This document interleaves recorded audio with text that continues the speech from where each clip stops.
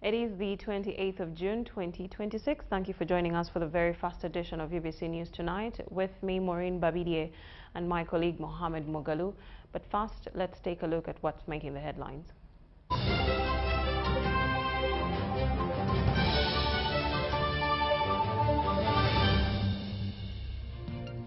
In our headlines, President Museveni directs responsible agencies to evacuate Ugandans trapped in South Africa.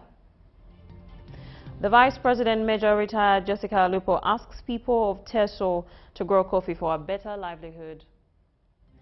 The NRM National Treasurer, Ambassador Barbara Nekesa, tips Busia district voters on choices during LC1 elections. And Uganda Gymnastics Federation launches initiative to develop aerobic gymnastics across the country.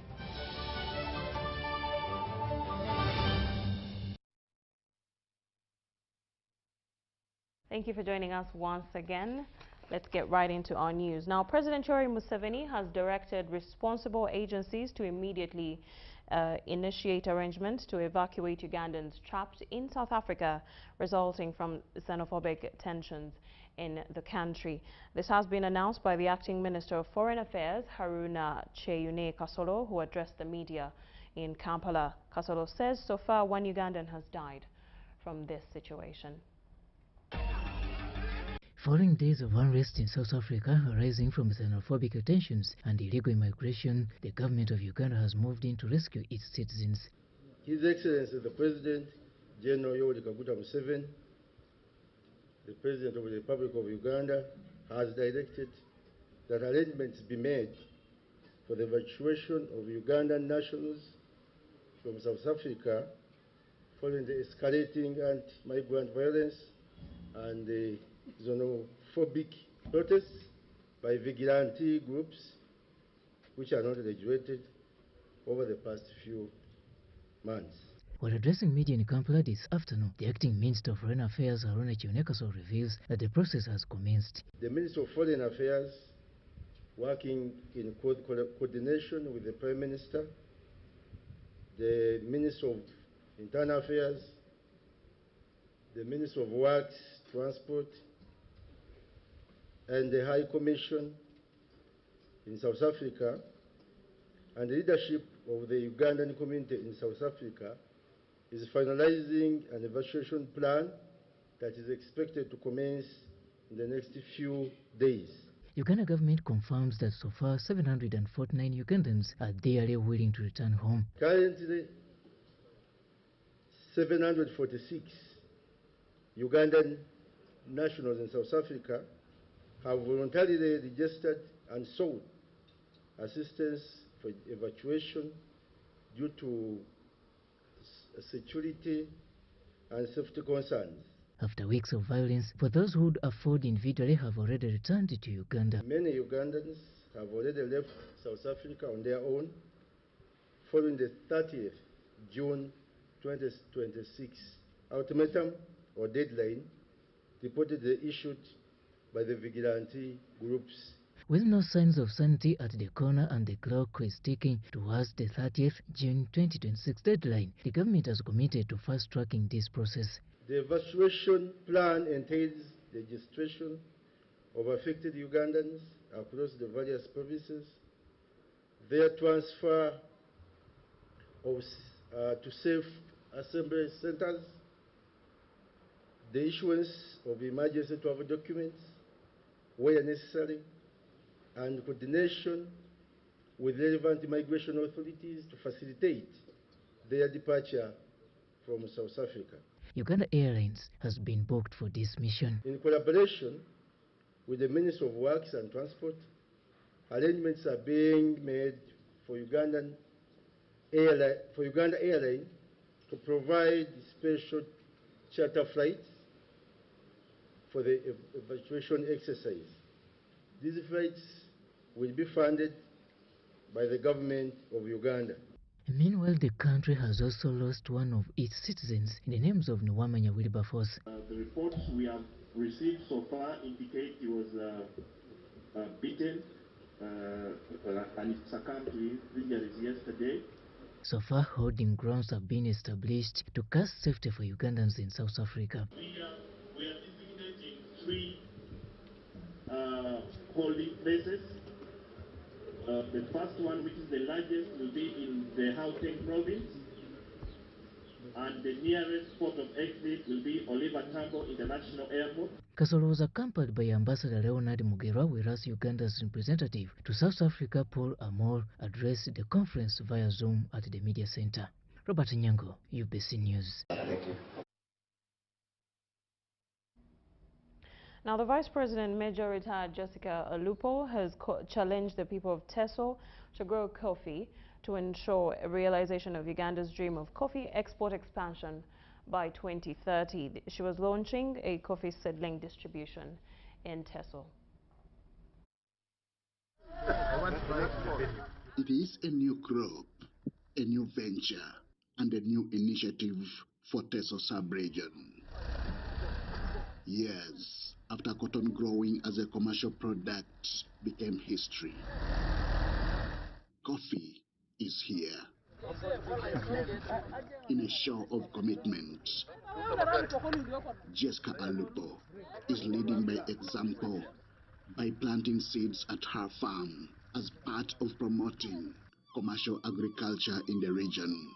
That's why we migrated from cotton to the high-value crops, including coffee, that we are gathered here today to discuss its benefits. The distribution of seedlings has also been launched for the public to appreciate the new venture. This was done by the Vice President at Katakwi District Headquarters on Saturday. The idea is to enable the region catch up with the rest of Uganda in terms of commercial farming. In 2017, His Excellency the President approved the coffee roadmap with an ambitious goal to produce 20 million of 60-kilogram bags of coffee by 2030. The vision focused on expanding Uganda's coffee sector by increasing areas under cultivation, enhancing quality of coffee seedlings, and boosting coffee export revenues. Dubbed a Chibaro program, it seeks to promote coffee, cocoa, and banana production. But it will take mindset change for the new initiative to take shape. Because all these things we're talking about, crops yellowing in gardens, crops having disease, a prevention of those diseases, the crop husband is well known to the agriculturists. So this means that with proper mobilization, leadership, and strategic investment, this region can become a major player in Uganda's coffee economy, which is currently standing at $2 billion US. Political, religious, and cultural leaders agreed with the Vice President. This is because the crop seeks to aid Uganda's quest for a higher middle-income economy. We want to thank the Minister of Agriculture, Maik. Recently, he supported us with the seedlings, and we made sure we gave out Bushonga and Abisi every district chair 50 seedlings. And they are doing very well, and we are happy for that. Some of us who own media houses here in Teso, we are going to promote this coffee.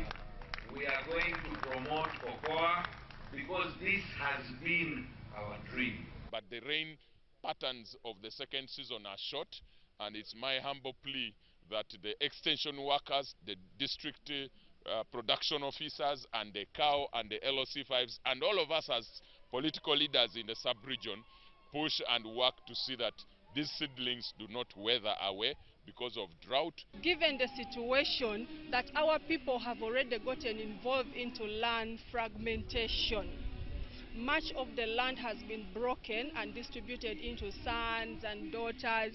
I would encourage government to still come down and continue sensitizing our people the benefits of this coffee so people can plant in large quantities. And I want to thank Her Excellency the Vice President and the Minister of Agriculture and Sports for coming in to test our soils, which soils confirm that we can also grow coffee here in Teso. Peter Ogwang, who is the Ngariam County Area Member of Parliament, vowed to push the initiative further.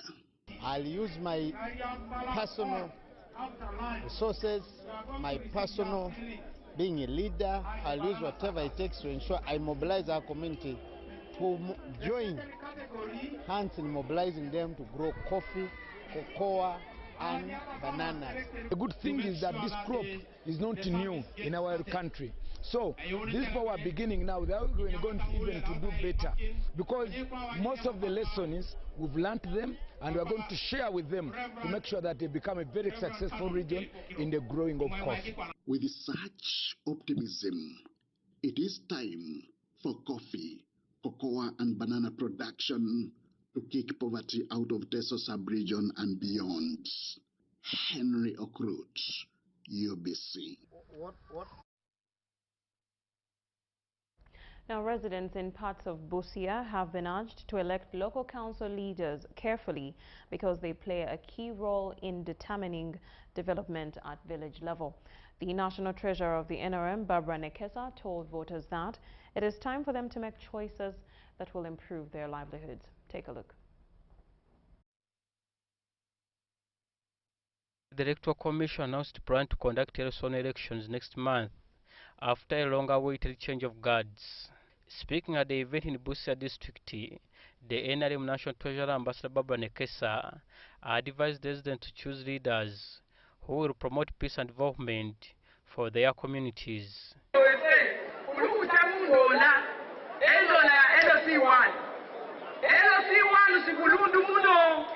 That is the first desire of government.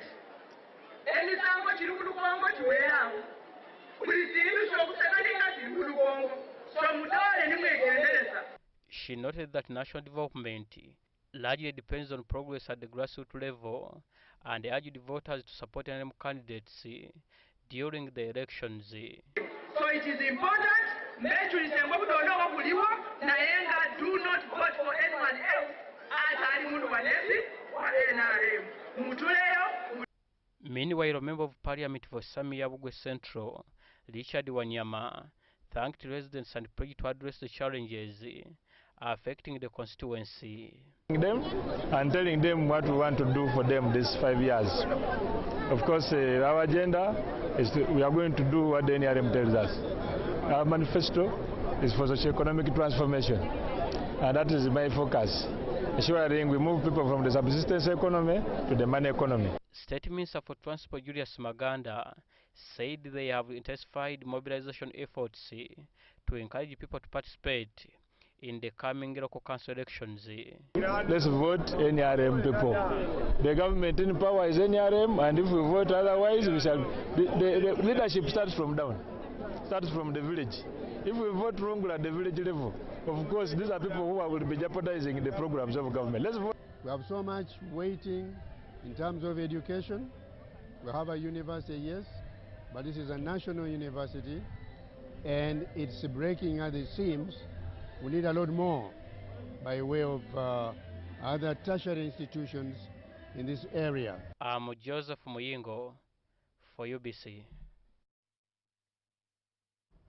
In Abim, a newly refurbished newborn care unit has been commissioned at Abim General Hospital, giving hope to mothers and newborns in the Karamoja sub-region. The unit was equipped by doctors with Africa CUAMM with funding from the Embassy of Ireland and commissioned by Ireland's ambassador to Uganda, Max Gaynor. From the government of Ireland through QUAM, that has given the district health department for the last 5 years. It has greatly contributed towards reduction of mortality and morbidity in children and mothers. To have babies who die after birth because of lack of some other support and equipment at the postnatal care. But through the intervention of QAM, I want to say there's a lot of improvement that we have realized. And as I was saying, today is more than a building or a room or equipment. It's really about saving lives. And we've heard really just how many lives have already been saved and have yet to be saved. And just about giving very vulnerable newborns a fighting chance, giving their families some hope at a very difficult time.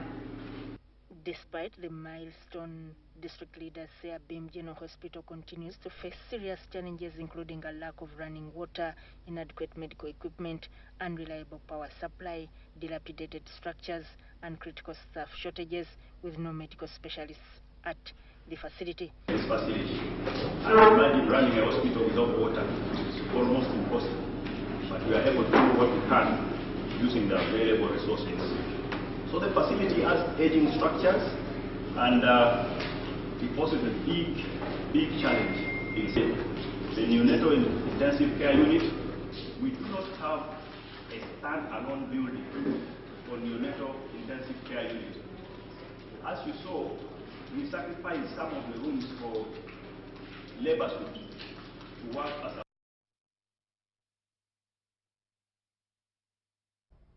In a new development, government is revamping all traditional schools across the country to improve the education sector. The Director of Education Standards in the Ministry of Education and Sports, Francis Atim, says the ministry is already running the multi-billion program for refurbishing, expanding and modernizing traditional schools. The Director Education Standards in the Ministry of Education and Sports, Francis Atim, says government is running the multi-billion shillings program to modernize, expand and refurbish traditional schools nationwide. She encourages stakeholders and old students of such schools to engage in all activities of development. May our All Students Association grow from strength to strength, and may our beloved school continue to produce disciplined, competent, innovative, God-fearing and patriotic citizens who will positively transform our nation and the world. Atim was launching the fundraising dinner organized by Ngora High School Old Students Association at Silver Springs Hotel in Kampala to contribute funds towards the construction of the boys' dormitory. 100 million shillings was raised in cash and pledges. Over 2 billion shillings is needed to complete the two-storage boys' dormitory. Centenary Bank contributed 5 million shillings. The chairman, Ngora High School Old Students Association, Okwaja John Bosco, appealed to the old students to contribute towards the school that nurtured them. The project estimated to cost us 2 billion shillings, Ugandan shillings.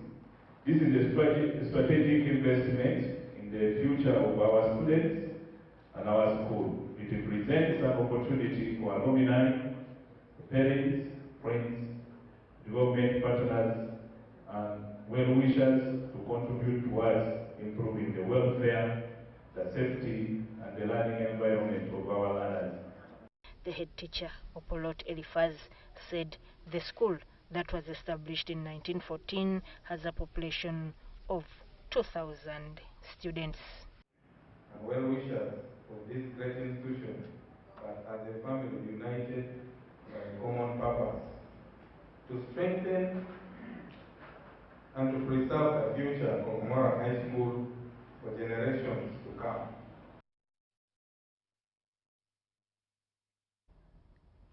The Bishop of Mukono Diocese, the Right Reverend Enos Chito Kagodo, has expressed concern over the increasing ungodly acts among believers that have left many people hurt. The bishop mentioned land grabbing and drug abuse and called upon the government to intervene. He was inaugurating St. Andrew's Church of Uganda, Busagazi, Buzama Parish, Ngogwe Archdeaconry in Buyikwe District. Christians from Mukono Diocese and other guests gathered at Busagazi in Naja Sub-County, Buikwe District, to witness the Bishop of Mukono, Right Reverend Enos Chito Kagodo, inaugurate St. Andrew's Church of Uganda, Busagazi, in Buzama Parish. The Bishop, his entourage, and the Christians observed the sign of the Trinity by rotating the church 3 times in remembrance of God the Father, God the Son, and God the Holy Spirit.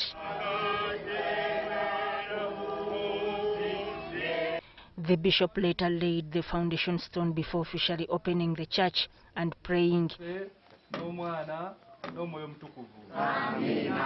In his sermon, Bishop Kagodo was concerned over the increasing cases of land grabbing and drug abuse. The many addictions, the many habits that have taken our people, like drugs, alcohol, and many things. So may you use the church so that may be blessed. Also, I thank God for this land that was given to us, that we have a school and we have a church. So it's my prayer to all citizens of Uganda, could you please avoid taking the church land, because it was donated, it was bought, it was given to the church for the betterment of those communities. But when you come and take it individually, you are not good, and God will blame you, because that is real stealing. The vicar of Bozama Parish, Reverend Paul Sekabembe, appealed to parents to support their children's education if they are to nurture a better generation. Let us work together as we educate our children, because an educated generation is very difficult to live in. I encourage parents, one, to feed their children, not on porridge only, but also on solid food. Recognize every member or every official who's there to do what we have done. So we have been with high pressure, or we worked on high pressure, but at the time we've liked it.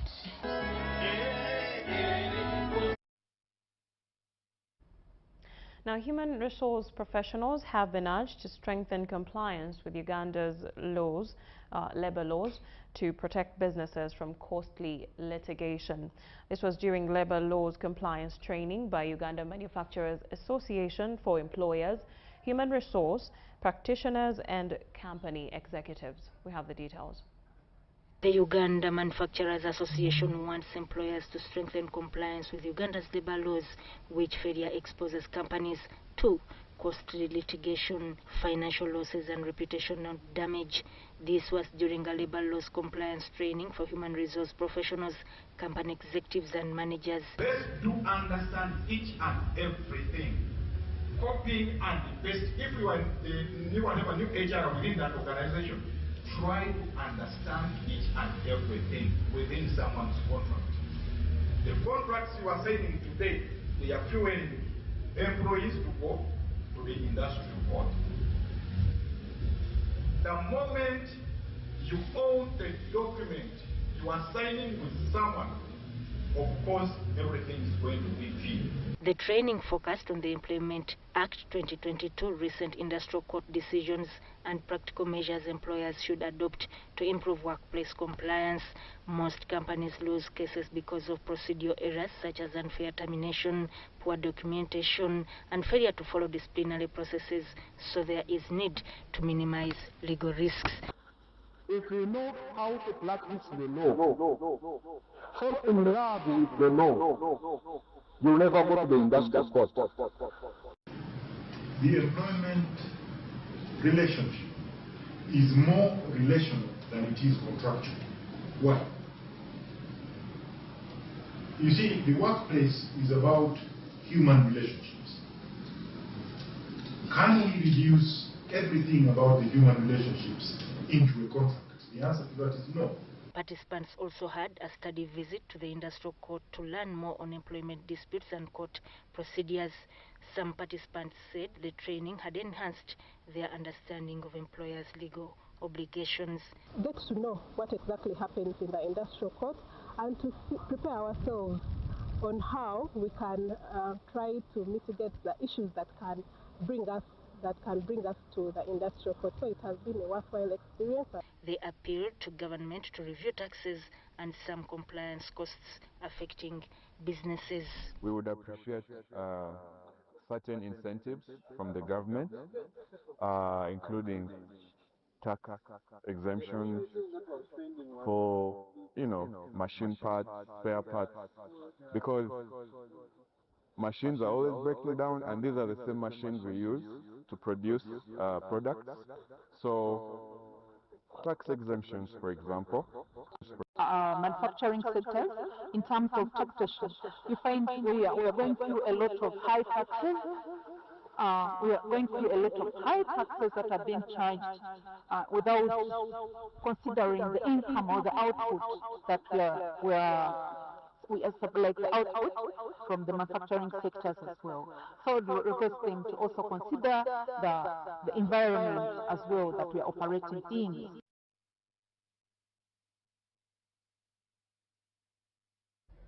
In other news, Uganda Muslim Teachers Association has commended Ministry of Education and Sports for educating policies, for the education policies that improve education as a sector. The Executive Director, Uganda Muslim Teachers Association, G. Namirembe, says the new curriculum is vital and timely. Over 500 primarily Muslims head teachers have completed refresher training to improve setting and assessment of primary examinations to match UNEB. It was organized by the Uganda Muslims Teachers Association on the theme Enhancing Competence-Based Curriculum. The Executive Director, Uganda Muslims Teachers Association, Agil Namirembe, says such trainings of teachers are very useful. She pledged that Uganda Muslims Teachers Association will cooperate with government to implement government education policies. Teaching, learning in primary schools. Why are we handling this theme today? Because we have realized that teachers are still teaching the old way. And when I say the old way, I mean the way where the teachers are giving knowledge, putting too much knowledge to the learners without comprehending, without critical thinking. That we want to thank the government and through our mother body, the Ministry of Education and Sports, for coming up with this initiative, the change of the curricula, because we are not only seeing this in primary, it is also in the lower secondary curriculum. We have now the upper secondary curriculum, and I believe we are transiting also going to the university. The association head teachers commended the training.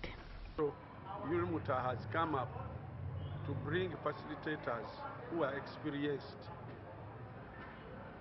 in these different subjects so that they refresh the teachers with the setting kind of experience.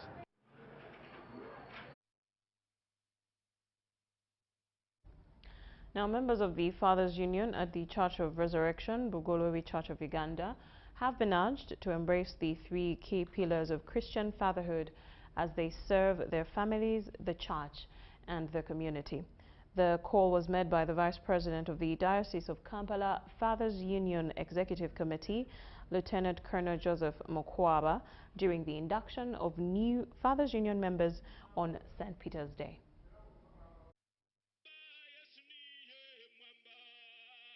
The Church of the Resurrection, Bugolobi Church of Uganda, has today newly inducted Fathers Union members. I happily present to you these precious men who are ready to be enrolled as members of the Fathers Union in this church and in this diocese. Lieutenant Colonel Joseph Mukwaba conveyed a message from the Fathers Union President Mr. Charles Yakani, encouraging the new members to remain committed to faith, integrity, and responsible leadership in their homes and society. Because the mission of Fathers Union is Christ-centered families led by model Christian men. Can you repeat with me the 7, the 8? Christ-centered families led by model Christian men. So you have come in this family that believe in that understanding. Therefore, the three pillars that the president is conveying to you, one is spirit-led families and homes. Spirit-led families and homes. The day's sermon was delivered by Mr. Geoffrey Hijenyi, who challenged fathers to follow the example of St. Peter, remaining steadfast in their Christian faith and service. The prophetic picture of how God prepared the leader he's announcing in Revelation chapter 5. And so, what we see in the Old Testament is the New Testament concealed. Praise the Lord. And so, the New Testament is the Old Testament revealed to us. Let's walk this journey with us together.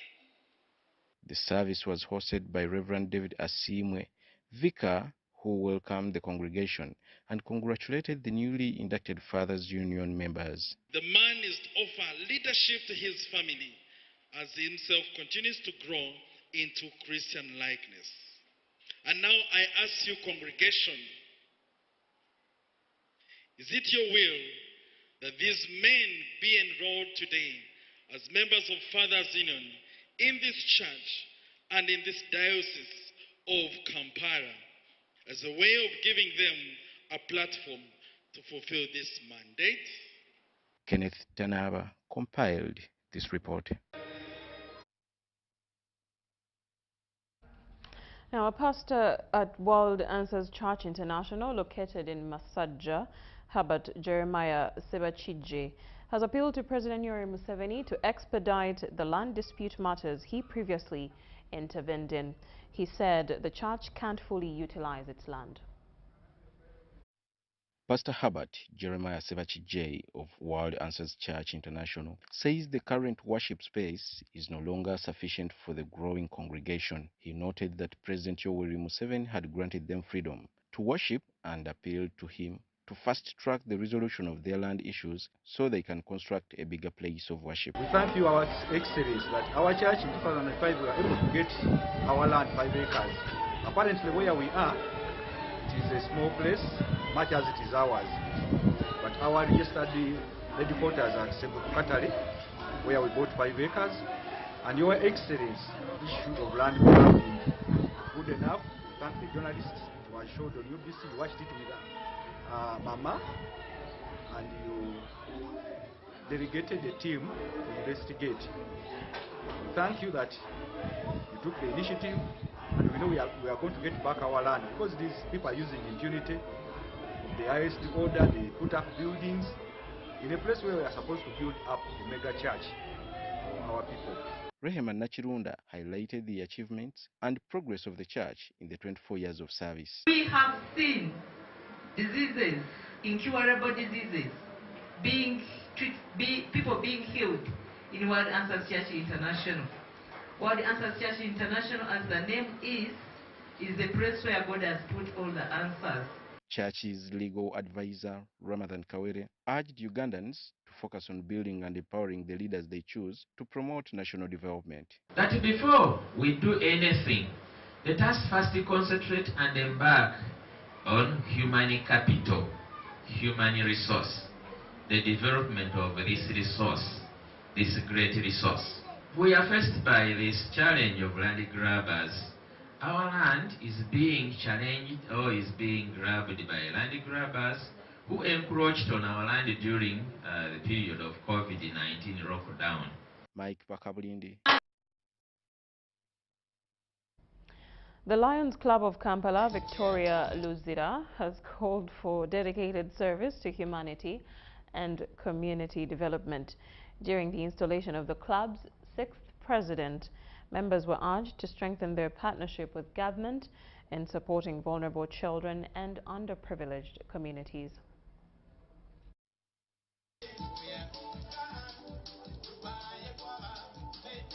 The district governor, Lion John Chikanubyarugaba, emphasized the importance of visionary leadership in humanitarian service. He encouraged Ugandans to join the Lions Club, saying the organization complements government efforts to improve welfare of vulnerable children. And I want to urge each and every club to start thinking and planning to increase membership through recruiting new members and also formation of new clubs. Lion Dr. Emmanuel Chisame called on Ugandans to work closely with government and humanitarian organizations in supporting the country's most vulnerable communities. I would urge all members come together and do service so that we can do a difference in our society. In initiative that you come together as a group. You come together as a group and then you contribute some money and then you help the needed. Look around in your community and help the needed. Once you do this thing, then there will be a big difference. Representing the Assistant Commissioner General of Prisons, Robert Munara commended the Lions for their continued community service, and he urged members to remain committed to their humanitarian mission and take pride in transforming lives through selfless service. And say, service is service, and as Lions, we serve. So anything below that, we don't want to know. Anything that we can touch and change, we really want to associate with. So Lions, keep proud of what you are doing. Invite those people that you have not invited. There are so many.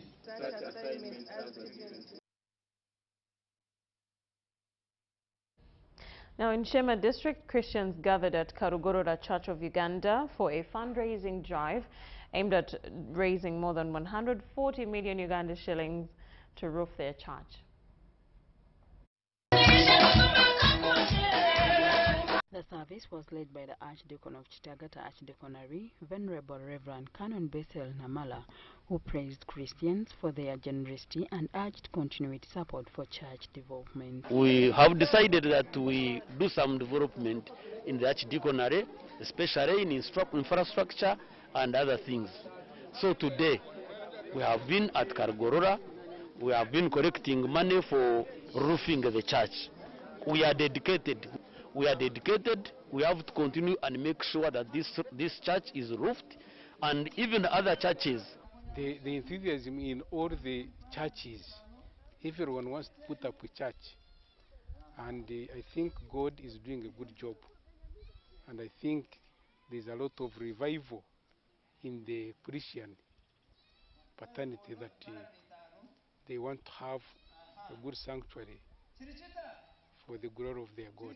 The organizer, Dr. Nicholas Mwebesa, said 54 million Ugandan shillings in cash and pledges has so far been raised, but appealed for more support to complete the project. We've been mobilizing money to roof that beautiful church, which requires now 145 million to have the roofing done. So by God's grace, today we've been able to mobilize over 60 million, and I'm sure the balance of 80 million will be mobilized soonest. I want to appreciate all the Christians of Sagata Archdeaconry, specifically the Christians of Karugorora, for the mobilization of the things. In a message delivered by Canon Dr. Apollo Buzale Tuliamusima, Minister and Shema South MP Ephraim Kamontu called on Christians to promote unity, embrace hard work, and increase household incomes to fight poverty. Have order in a country, in a home, in a church, to have peace in your homestead. You must be having food and you must be having money. When you have food to eat, the issue of robbery, the issue of theft, hand picking will never be there. We encourage the church to preach, to summon to the communities, to the church Christians, to have what to eat, food, and what to sell as cash.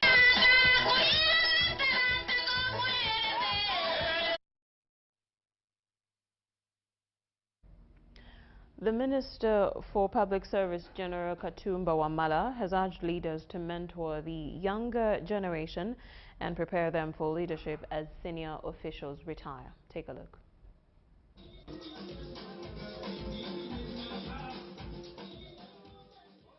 Rotary District 9-1 for Governor-elect Damulira Mukasa challenged the new leadership to grow club membership and expand community service projects.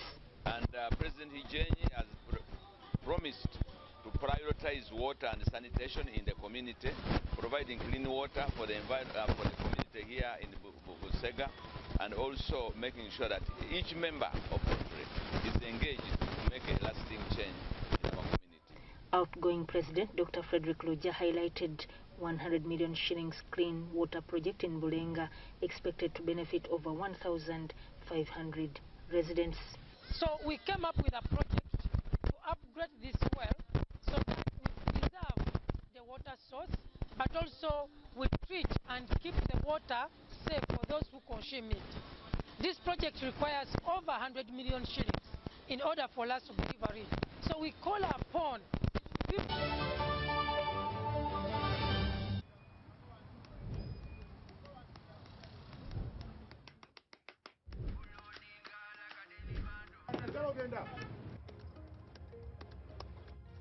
And that's it for today.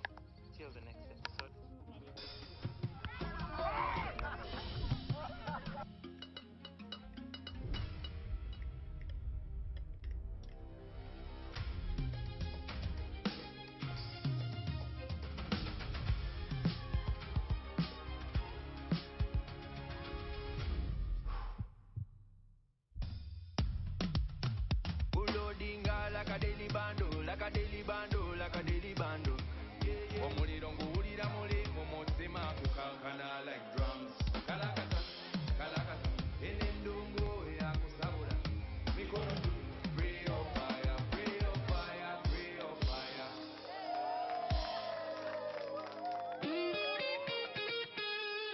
Makerere Institute for Social Development, a certified institution for higher learning, invites applicants for certificates and diploma courses like accounting and finance, procurement, journalism, tailoring and fashion design, with many other skills-tailored courses. Our institution is compliant. First of all, it is recognized by National Council for Higher Education. We are certified. Registration number is UBB 187. Tested and tried since 1995, Makerere Institute for Social Development is your solution when it comes to quality education. You may apply for January, May, August intakes. Find us along Sir Apollo Kagwa Road, opposite Makerere University Sports Ground. Our tuition is affordable with a state-of-art facilities. Early birds stand a chance to grab themselves bursaries. MISD or Makerere Institute for Social Development, facilitating your career.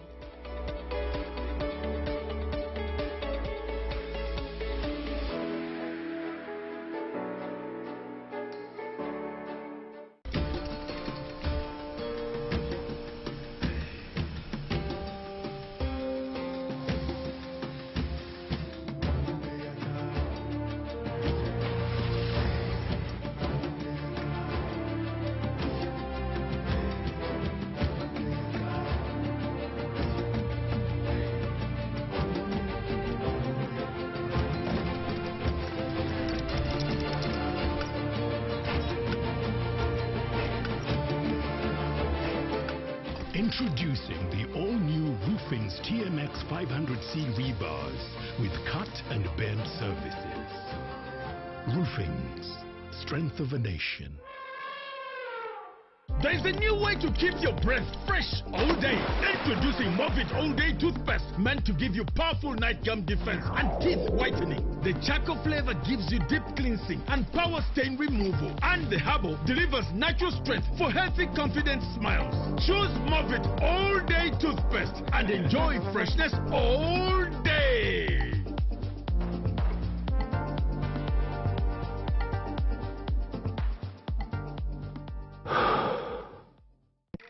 In a fast-moving world, why are we still stuck with paperwork? Signing here, stamping there, moving from office to office. It's exhausting. Now, there's a better way. With UG Pass, you can securely prove your identity, sign documents, and access government services anytime, anywhere. No delays, no stress. Everything is instant, safe, secure, and government-backed. UG Pass, your identity secured. Available on the Apple App Store and Google Play Store. UG Pass is a product of Nita Uganda. I'm called Awidi Isabella. I'm studying from Villa Maria School of Nursing. I've won a school fees with the MTN Momo. This school fees you win for a full year, which I'm very happy for it. I thank MTN Momo for helping me in paying my school fees. We've paid all the fees for the year. Thank you very much, because on Wednesday, the principal told me, look for my money and bring my money. I told her, me, I don't have money now. You have to wait until I get the money. But when I left our office at 3, they called me that you've won the money from Momo. I said, how does it happen? As long as you pay school fees using Momo, you stand a chance to win school fees for a year. Dial *165 *80# to win school fees for a year and more. They share an office. Some work in the day, some at night. What they have in common: focus, dedication. That's what makes them champions. They also share something else: the reward of being one. The official beer of the FIFA World Cup 2026. Not for persons under the age of 18. Drink responsibly.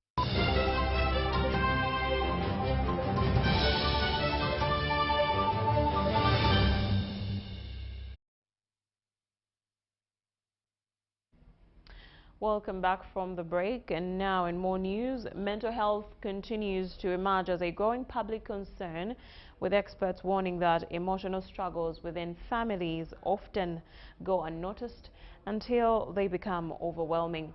At a movie premiere in Kampala, filmmakers and mental health advocates have sent a message about women's support to men as they prioritize their own mental well-being.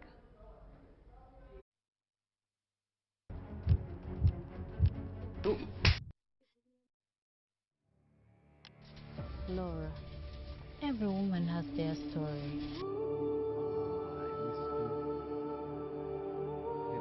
And so this is a campaign we are beginning to talk about maternal health. So that is why we did this film. We realized that actually we're talking about male involvement. The biggest part of what we're doing is male involvement in maternal health issues. We are saying it takes two. It doesn't take only one person. It doesn't only take a woman or a man, but for a child to be born and raised and the whole process, it takes two people. So, and then we're also talking about infertility, secondary infertility in women, and what are the social pressures that are attached to such a topic. So we feel like these are things that we need to talk about in, as society. Health, of course, is one of them. If you know there is something affecting you, and like she said, seek help. Talk to somebody who you trust, and you will be relieved. But when you go in a corner and cry, it will become too much on you. It will leave a big toll on you, and you might end up bad. The movie has been so educative, especially to all genders, both male and female, and this is what really our course normally teaches us, and the ministry at large. So I'm just very happy that people from the ministry have been able to come and participate to show really that they also care about the challenges that people go through, this, both mentally and even some other health issues that have been patterned in this movie. And I just want to say thank you, UBC, for being around. Thank you for also pushing this message. We know your presidency, it gives a very, very, very nice covered image. I'm happy to say, please keep on reaching out on such.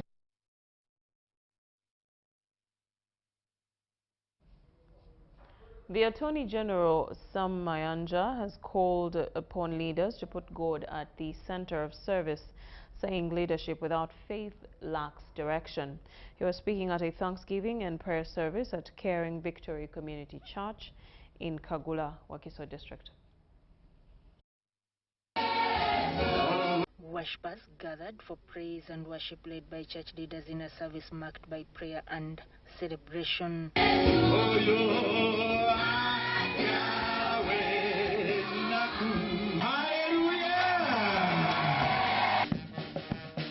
Dr. Dr. Sam Mayanja was welcomed by the congregation before being officially introduced by interim national mobilizer Dr. Rosemary Nasubga Seninde as the chief guest and keynote preacher.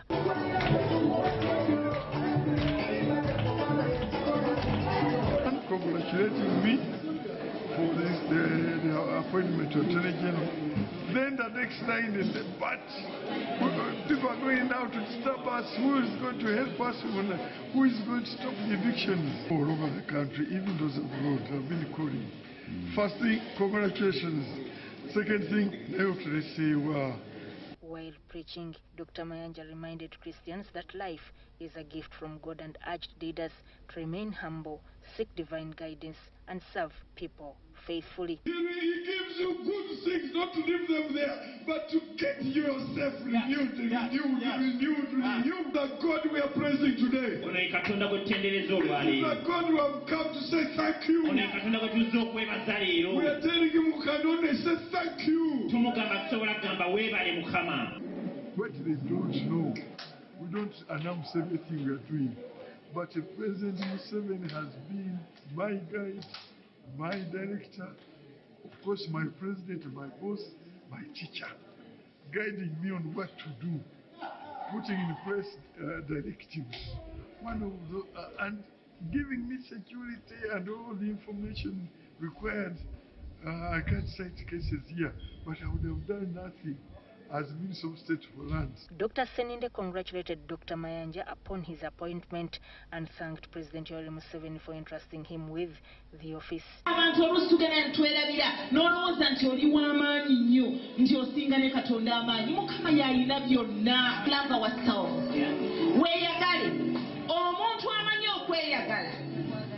Ayajja kwagala abalala era ajja kutuukiriza ekyo Katonda kye yatuyigiriza okwagalanga abantu bannaffe nga bwe tweyagala ffe ffennyini.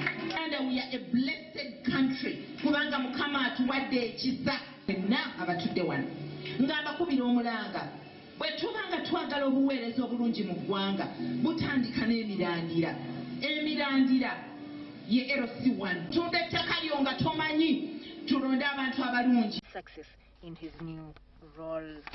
Buli kirwadde kigende, amabanja gagende, ebishiraani bigende, obeere wa ddembe. Hallelujah!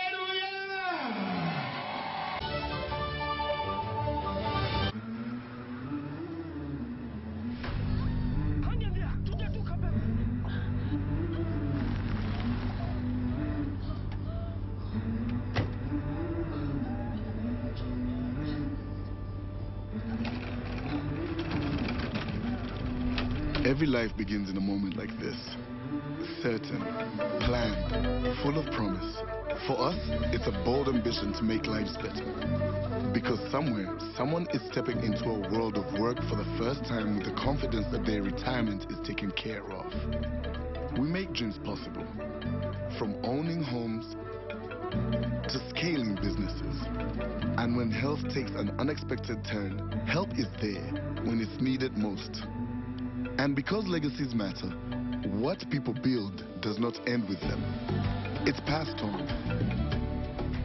We value moments with go-getters, bold dreamers and believers. Different paths, different rhythms, with one shared belief that financial freedom is within reach. For 40 years, we've made lives better and fueled Uganda's economy. Through careful investments, we have supported businesses, created jobs, and backed our nation. To us, it's more than saving. It's believing in effort, in patience, in possibility. It's making lives better. We believe in you, in us, and in Uganda.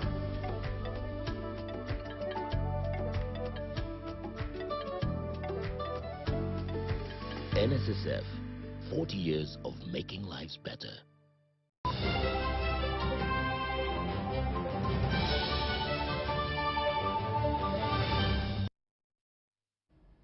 The Uganda Gymnastics Federation has launched a major initiative to develop aerobic gymnastics across the country through a training program supported by World Gymnastics and Olympic Solidarity.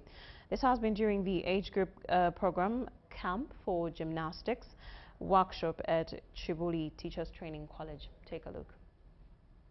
The 5-day course has been facilitated by international expert Anna Margarita Makanita, who was carefully selected by World Gymnastics for her experience in introducing aerobic gymnastics in developing countries.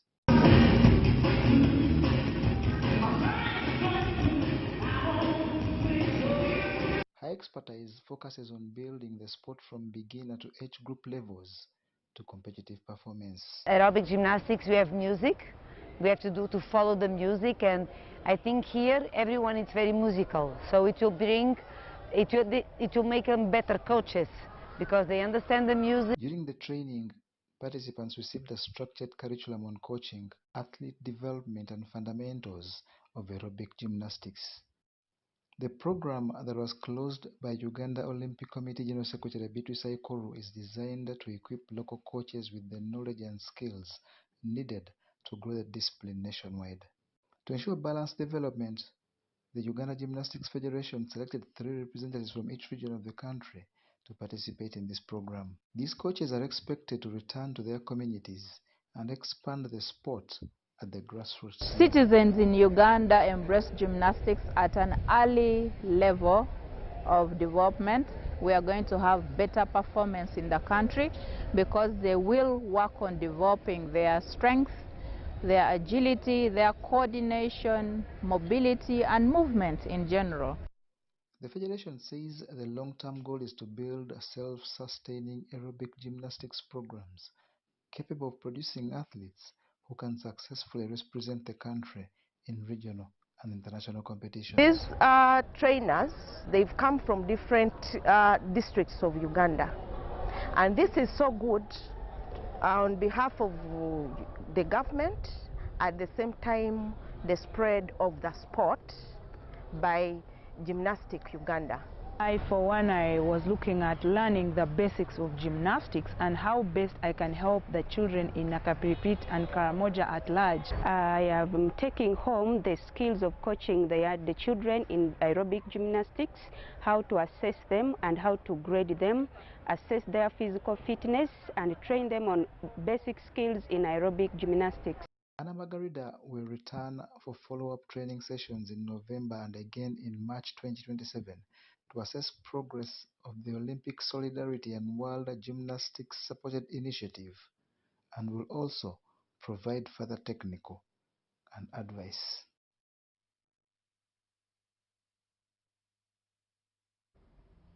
Now, despite some challenges, Uganda Athletics has intensified preparations for the upcoming 2026 Commonwealth Games in Glasgow, Scotland, to which they will send 17 athletes next month. This has been announced by Uganda Athletics President Dominic Utuket during a press conference that coincided with the National Athletics Championship at Uganda Christian University, Mukono. Uganda Athletics has hosted its 2-day National Track and Field Championship at Uganda Christian University, Mukono. The occasion was also used to address the media on updates about upcoming international competitions, like the Commonwealth Games due in Scotland next month. Uganda Athletics earlier named a 17-athlete squad for the Games, with the headline names being steeplechaser Peruth Chemutai, former world champion Halima Nakai, Olympian Oscar Chelimo, and World Championship silver medalist Joy Cheptoyek. The team also has Knight Achiru, Haron Adoli, and Kenneth Omuka, who won their respective races at the national championships. We have faced a challenge. Our plan was to have 6 weeks of residential training. But as I speak now, the team is only going to camp after today. When the long distance athletes will congregate, our camp this time is going to be in Buko, where we have our camp of Uganda Athletics and the Arua Athletics Club in a place called Kapkoros in Buko. Then the sprinters will head to Hoima looking for a tartan track there. So we have 4 sprinters who will pitch camp in Hoima for the next about 3 weeks. The Commonwealth Games bound team is complete by Lenny Shida, Esther Chebet, Maureen Banura, Rebecca Chelangat, Otim David Beckham, Kenneth Kiprop, Crop Dominic, Herbert Kibet, and Dan Kibet. Competition is all about learning. We came back and we tried to see where we fell short, and we are trying to work on that. And it's really for me a very different experience for me, because the other time it was more of exposure. I'm going to play my part as usual. Whatever I've been expecting, it's what I'll give them. I can't say I'm going to bring a gold, but I'll go and play my best. At the National Track and Field Championship that attracted a decent number, female gold medal winners included Evelyn Ochen, Bridget Mwali, Priska Chesang, Gloria Chebet, Lalam Josephine, and Zamurinka Salama. Among the men at the championship that Uganda Athletics used to drill the under-20 team for the World Championships in the US later this year, Emmanuel Abada, Shafiq Kirano, Abel Chebet, Ivan Kiprotich, Moses Ocheng, Alex Siga, and Churchill Ogwenrot won gold medals.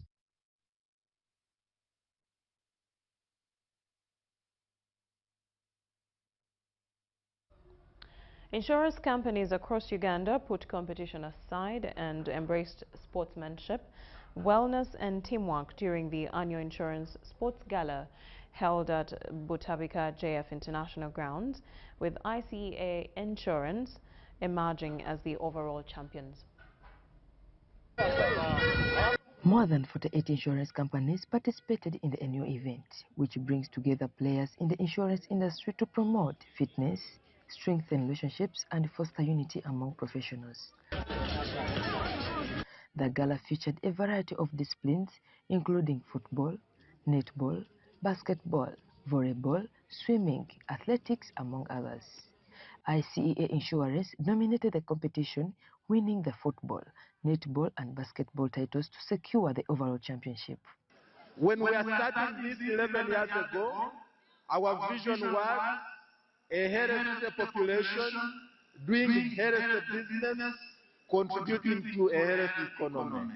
No wonder our theme today has been strong, play strong, and stay protected. The Chief Executive Officer of the Insuring Training College, Saul Sedemba, also commended the gala for strengthening professional relationships and encouraging employee wellness. One of the reasons as to why we started the gala was to bring us together as insurers, to have fun as we participate in the different games, but also reflect on the journey ahead as insurers. The annual Insurance Sports Gala continues to serve as a key avenue for fostering unity and cooperation within Uganda's insurance industry. Nava Chibidoin Malaika, UBC News.